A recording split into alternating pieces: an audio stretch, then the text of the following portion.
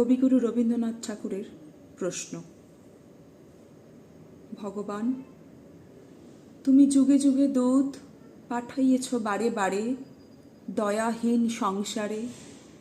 তারা বলে গেল ক্ষমা করো সবে, বলে গেল ভালোবাসো, অন্তর হতে বিদ্বেষ বিষ নাশো। বরণীয় তারা, স্মরণীয় তারা, তবুও বাহির দ্বারে আজি দুর্দিনে ফিরানো তাদের ব্যর্থ নমস্কারে।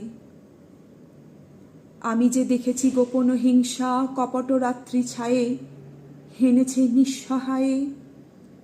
আমি যে দেখেছি প্রতিকারহীন শক্তের অপরাধে বিচারের বাণী নীরবে নিভৃতে কাঁদে।